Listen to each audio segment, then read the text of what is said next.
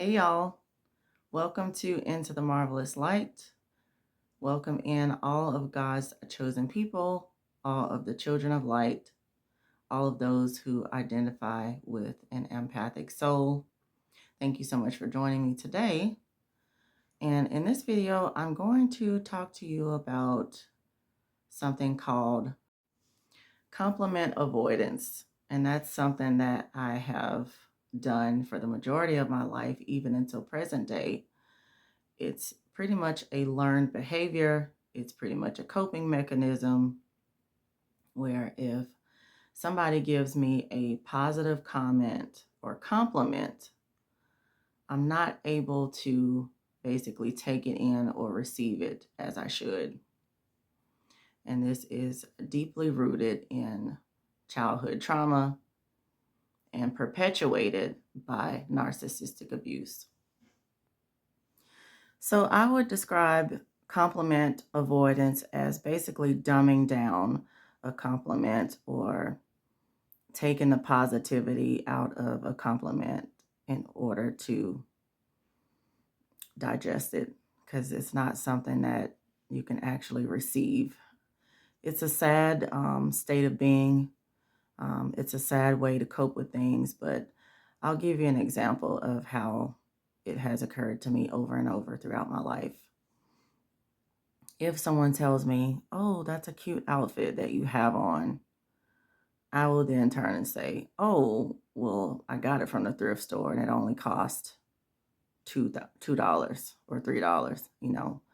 Just instead of receiving the compliment, I will find something rather negative to say about it, or find a way to make it less of a compliment as far as me receiving it. Not necessarily trying to dumb down the person that says it, but it's just being deflective as far as me being able to receive the compliment. Another one is if, somebody says that I'm cute or I'm pretty or something like that, you know, internally I'm wincing on the inside and I don't really believe them. I will do the polite thing and I'll say, "Thank you." Because, I know that that's what you're supposed to say. I've been taught you say thank you when people do nice things for you. But as far as actually taking in the compliment and believing it, it is very hard to process. And that's because, in my mind, I feel like, well, my mom never said that. I didn't hear that growing up. I didn't hear that as a child. So, hearing it now is almost like, well, is this something that I can believe? Is this something that I can accept? Is this something that's true? So you basically don't have that assurance that, that it's true, that the person is telling you the truth and that they're actually sincere in what they're saying. I think it's very important that parents instill, you know, a sense of self within their children, that they train them up in the way that they should go. And then when they're older, they won't depart from it, that they give them that reassurance and validation that they need at such a young age. It's very, very important because it sets the stage, it sets the foundation of who they are to become. I think it's also about how the brain processes information. I was never really good at logical reasoning. I failed that subject more than once in college. It's just trying to know the difference between like intellect and your feelings, like trying to balance them, balancing intellect and emotions. And so for me, that's always been hard. Um, Sometimes it's like, how can you be beautiful or cute or pretty if you don't feel that way?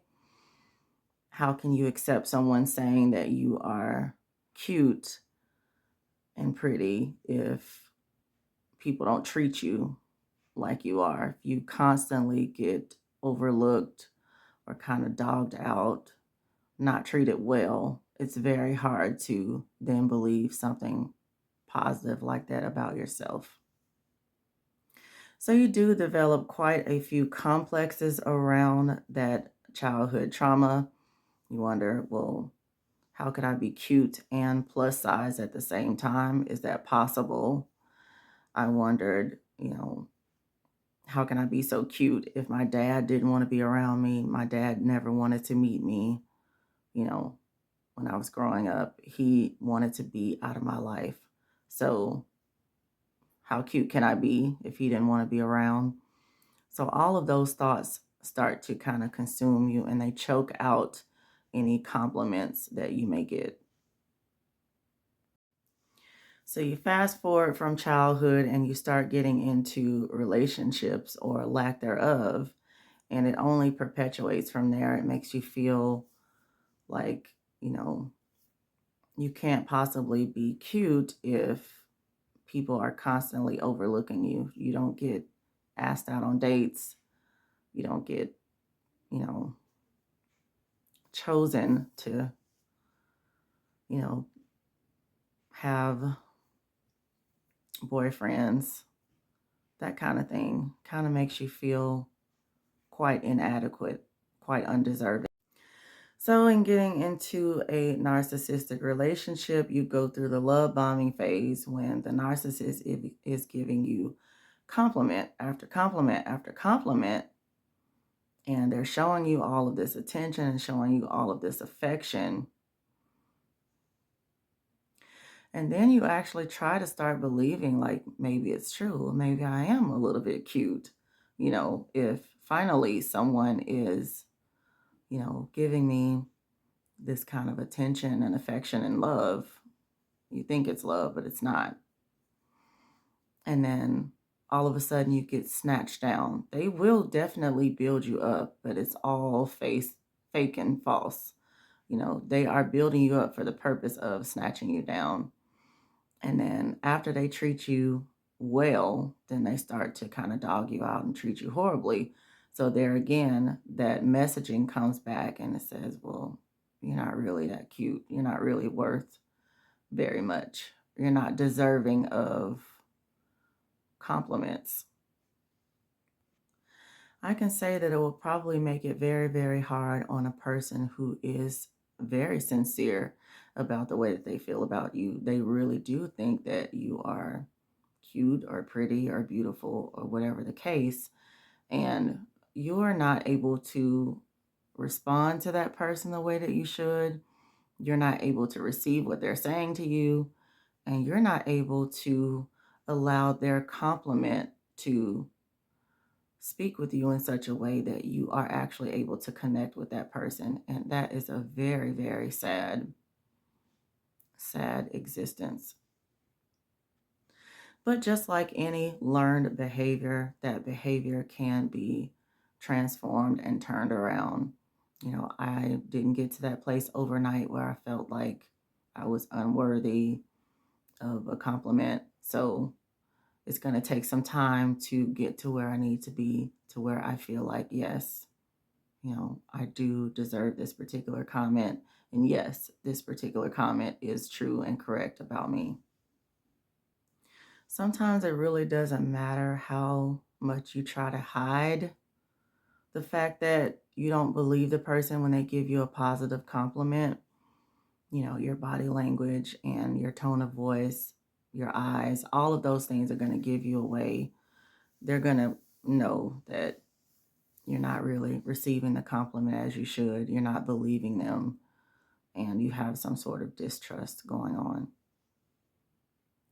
Like I said, it's very sad for both people in that situation. It's sad for the person that can't receive a positive compliment, and then it's also sad for the person who is trying to, you know, affirm you and build you up, and it's not successful. I think that with any person that's dealt with any kind of neglect, abuse, abandonment, trauma, it takes a special level of patience to deal with people like that. And I do feel like Only people that are blessed with those type of spiritual gifts can really get through to people that have that kind of deep-seated trauma. We all have some level of trust issues that we have to work through, and it's just going to take work on both ends of the spectrum from both people. So the person with the trust issues is going to have to kind of learn to open up and take a risk, take a chance. And then the person that's trying to give you those positive compliments, they are going to have to be patient enough to work with you, seek to understand you, and work with you to heal all of the things that are not allowing that compliment to go through and land on the surface of your heart that it needs to. Essentially, I think it boils down to trust issues. And so it's basically something that you have to learn. You have to learn to trust within yourself, trust the things about yourself that are true. And then you also have to learn to trust others when they speak compliments to you or over you. You have to learn to trust the words of others, trust their spirit, and trust their heart when applicable. Most importantly, you're going to trust in the Lord Jesus Christ and trust in the words that he says about you. The Proverbs 3, 5, and 6. Proverbs 3, 5, and 6. Trust in the Lord with all thine heart, and lean not to thy own understanding. In all thy ways acknowledge him, and he shall direct thy paths. So we can't rely on the messaging from our childhood trauma. We can't rely on the lies of the enemy. We have to believe what the Lord Jesus Christ says about us. It's just like the story in the book of Numbers, chapter 13. Which report are you going to believe? You're going to believe the good report, or are you going to believe the evil report? Are you going to believe that you are indeed a land that flows with milk and honey? Or are you going to believe the evil report that says there are men of great stature there who eat up the inhabitants of the land? Which one? One is a report of life, abundant life, and the other report is death, damnation, destruction. Jesus comes that we might have life and have it more abundantly. We should choose life over death. Isaiah 26, verses 3 and 4. Thou wilt keep him in perfect peace, whose mind is stayed on thee, because he trusteth in thee. Trust ye in the Lord forever, for the Lord is everlasting strength. And for those that are questioning how they look or have doubts about how they look, I'm going to tell you something. Psalms 139 and 14. I will praise thee, for I am fearfully and wonderfully made. Marvelous are thy works, and that my soul knoweth right well. You are indeed fearfully and wonderfully made. You are a marvelous work. Therefore, always walk into the marvelous light.